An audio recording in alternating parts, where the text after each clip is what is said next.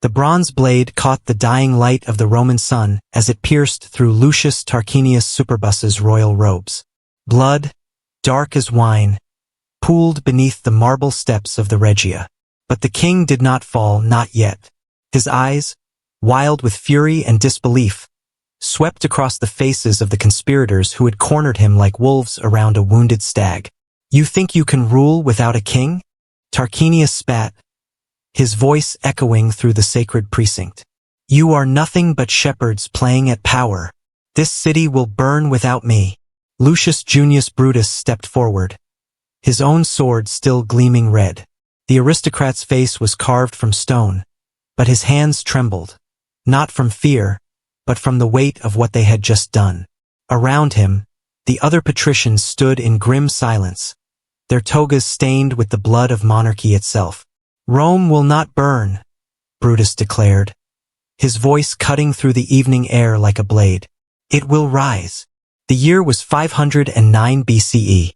In this single, violent moment, everything changed. Not just for Rome, but for the entire world. What happened next would determine whether this collection of mud-brick huts and wooden temples on 7 hills would fade into obscurity, or become the most powerful force the world had ever known. The irony was breathtaking. These men, in their desperate bid for freedom, had no idea they were setting in motion a chain of events that would create an empire spanning 3 continents.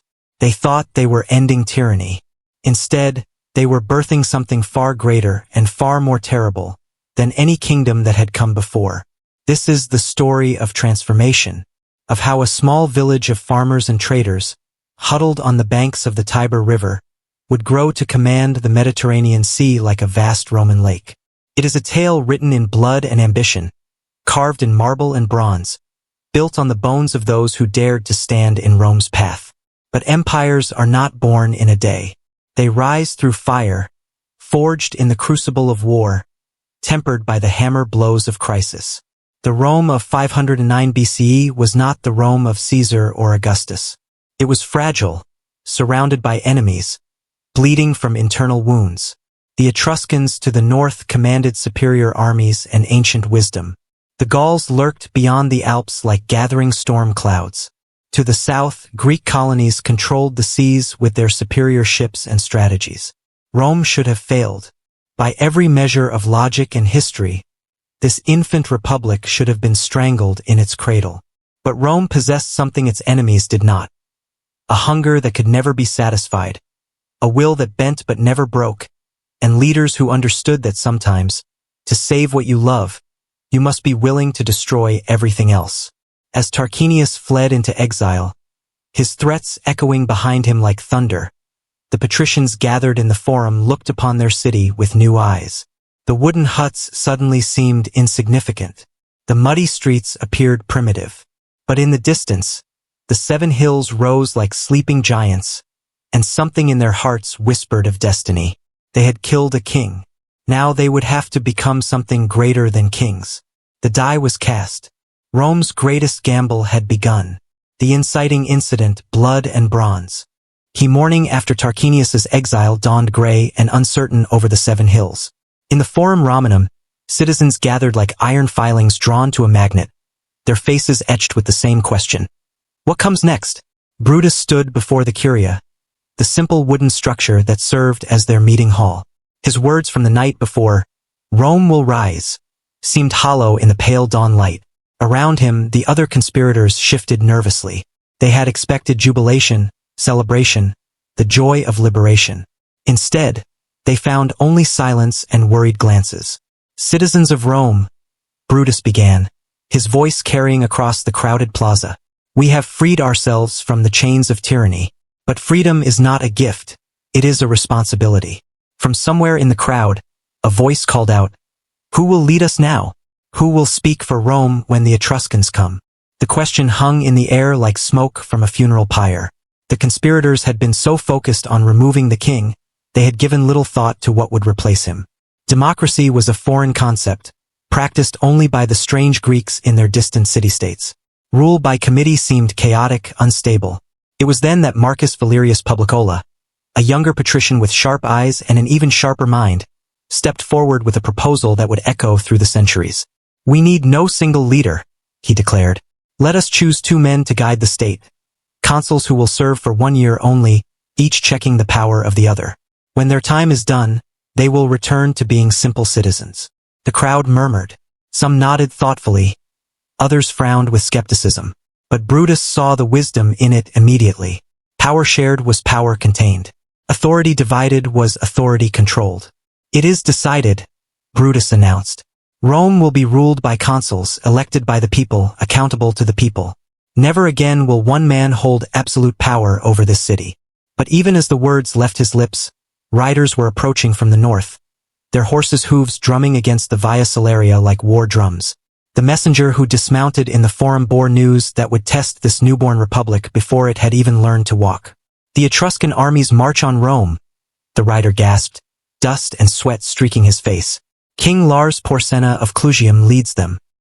He brings with him 10,000 soldiers and a promise: restore Tarquinius to his throne, or watch Rome burn." The silence that followed was deafening. In the space of a heartbeat, the abstract ideals of freedom and self-governance became matters of life and death. The patricians who had so boldly slain their king now faced the prospect of defending their revolution with their lives. But it was not fear that gripped the crowd. It was something else, something darker and more powerful. Gaius Mucius, a young nobleman known more for his sword arm than his political wisdom, pushed through the throng until he stood before Brutus. "Let them come," Mucius snarled, his hand instinctively moving to his gladius. "We killed one tyrant. We can kill another." The crowd erupted. Shouts of agreement echoed off the hills. Farmers gripped their tools like weapons.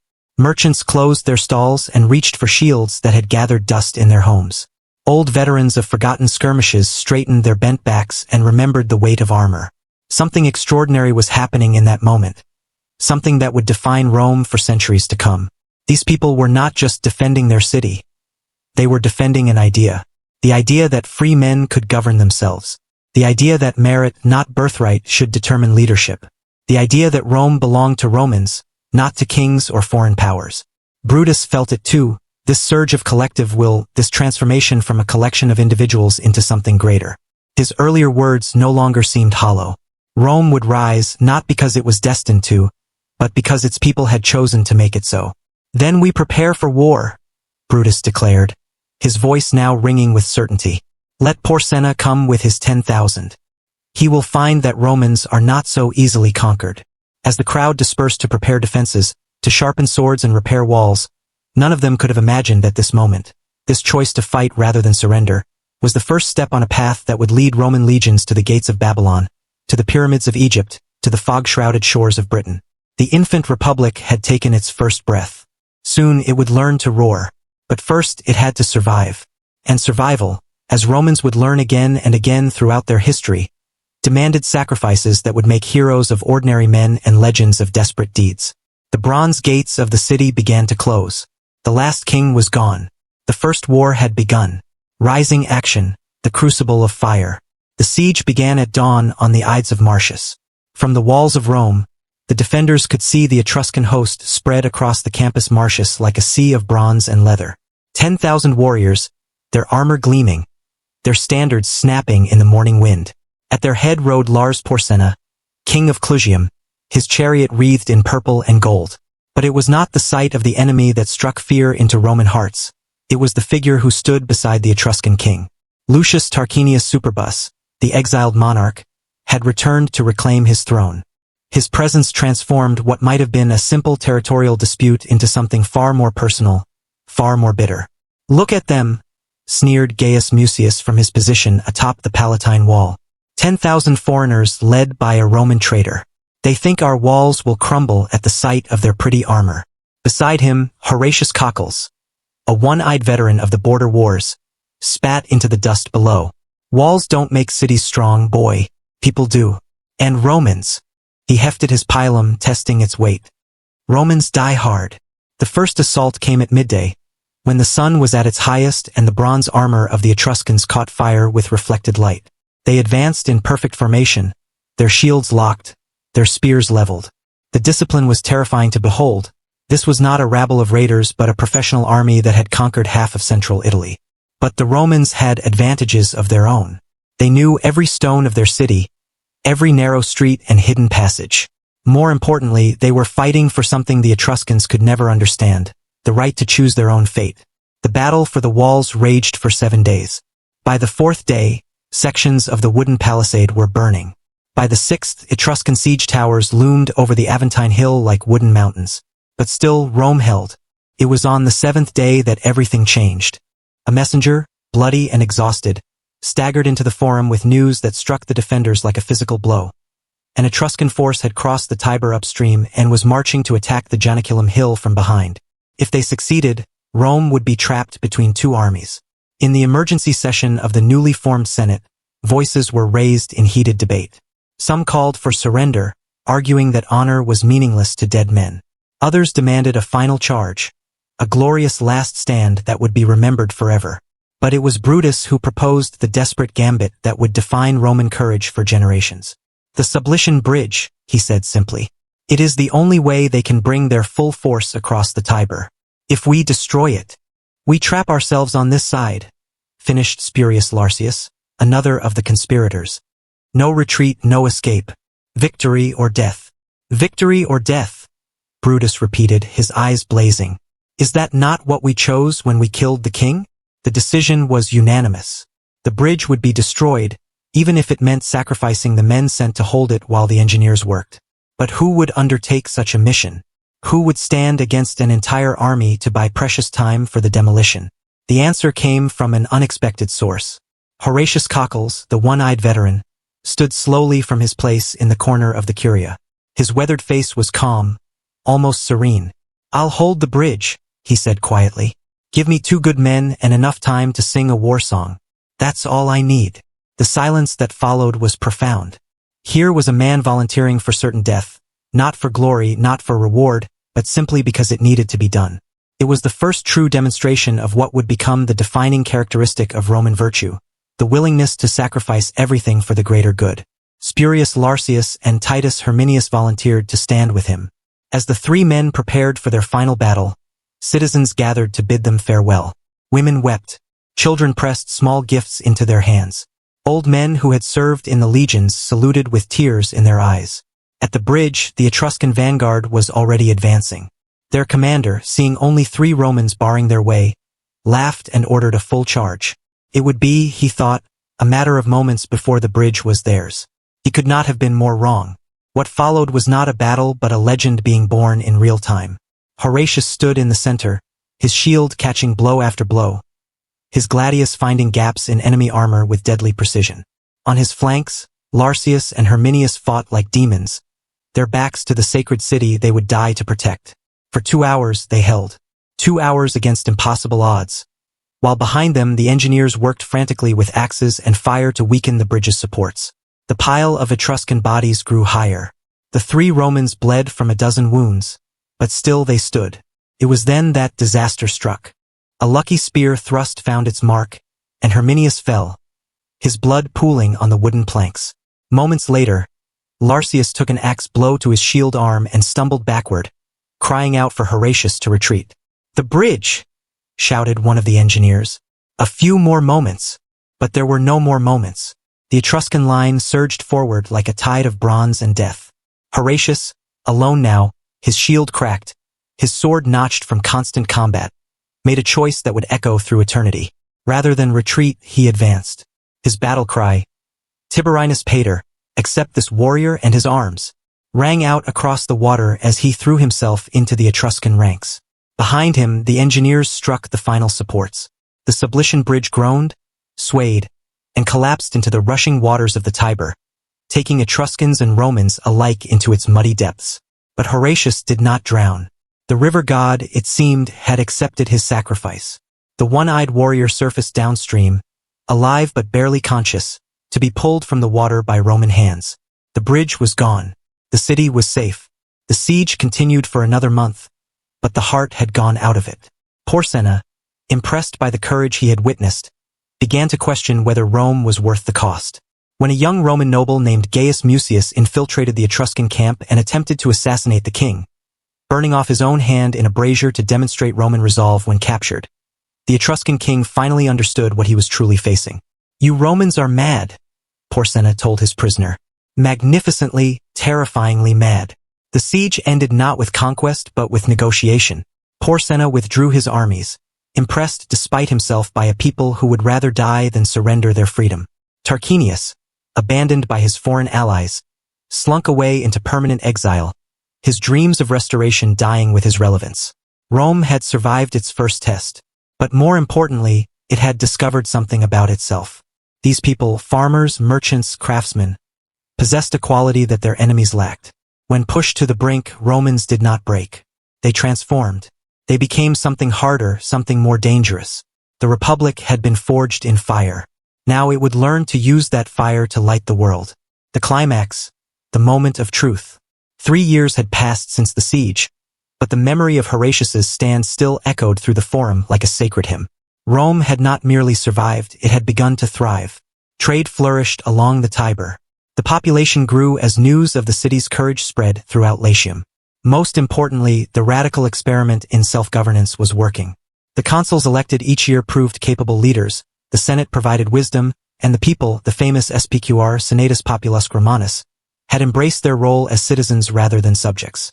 But success bred new challenges, and enemies that had once seemed distant were now pressing closer to Rome's borders.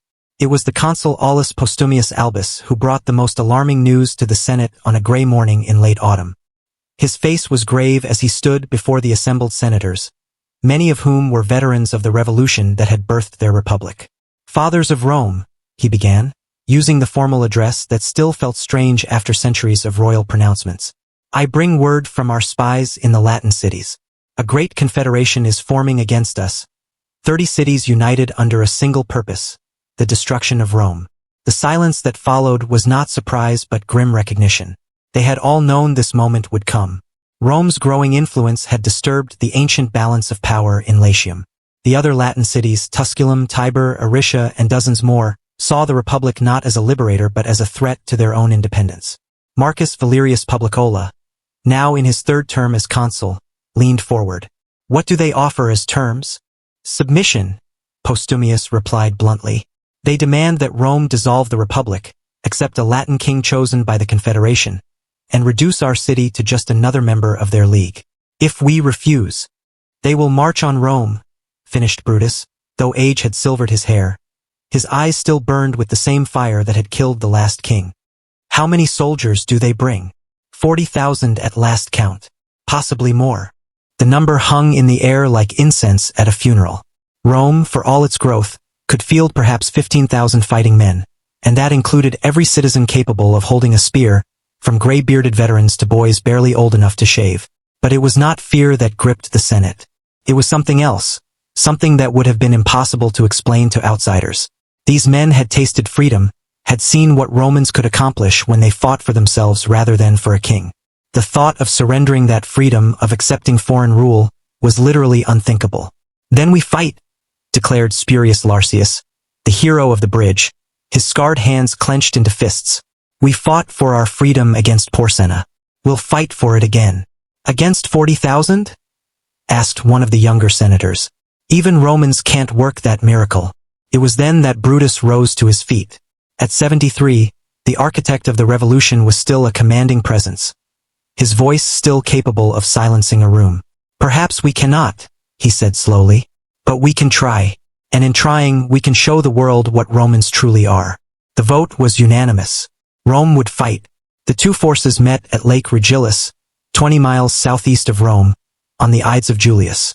The Latin Confederation had arrived first, their 40,000 warriors spread across the plain like a forest of spears. Their confidence was absolute. This would not be a battle but an execution, the final crushing of Roman ambitions. But as the Roman legions crested the hill overlooking the lake, something extraordinary became visible. Despite being outnumbered nearly 3-1, the Romans had not come to die. They had come to win. Postumius, commanding the Roman forces, rode before his troops as the morning mist lifted from the water. These were not the professional soldiers of other armies. They were citizens, shopkeepers and farmers, men who had put aside their daily lives to defend something precious. "Romans!" Postumius's voice carried across the formation. Today we fight not for conquest but for survival. Not for glory but for freedom. The enemy sees numbers. I see Romans. And Romans.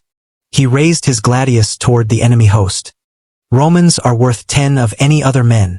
The cheer that arose from the Roman ranks was heard across the plain.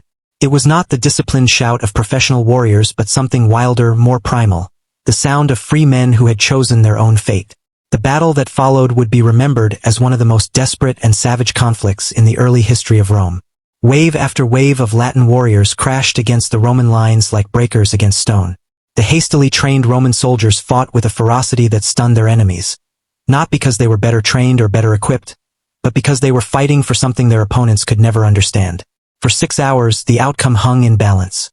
The Roman left flank, commanded by young Titus Abusius, broke under pressure and fell back toward the lake. For a moment it seemed the battle, and with it the Republic, was lost. It was then that the moment of truth arrived. Postumius, seeing his line crumbling, made a decision that would be studied in military academies for centuries to come. Rather than retreat or call for quarter, he ordered the final Roman reserve, barely 500 men, to charge directly at the heart of the Latin Confederation. "Follow me," he roared, spurring his horse forward. For Rome, what followed was not tactics or strategy but pure, desperate courage. 500 Romans smashed into the center of the enemy line like a javelin thrown by the gods themselves. The shock was tremendous, not because of their numbers but because of their absolute conviction. These men had already accepted death. They fought not for victory but for honor, not for survival but for legacy. The Latin center buckled. Soldiers who had expected easy victory found themselves face to face with Romans who simply would not die, would not yield, would not accept defeat. The psychological impact was devastating. Doubt crept into Latin hearts like poison.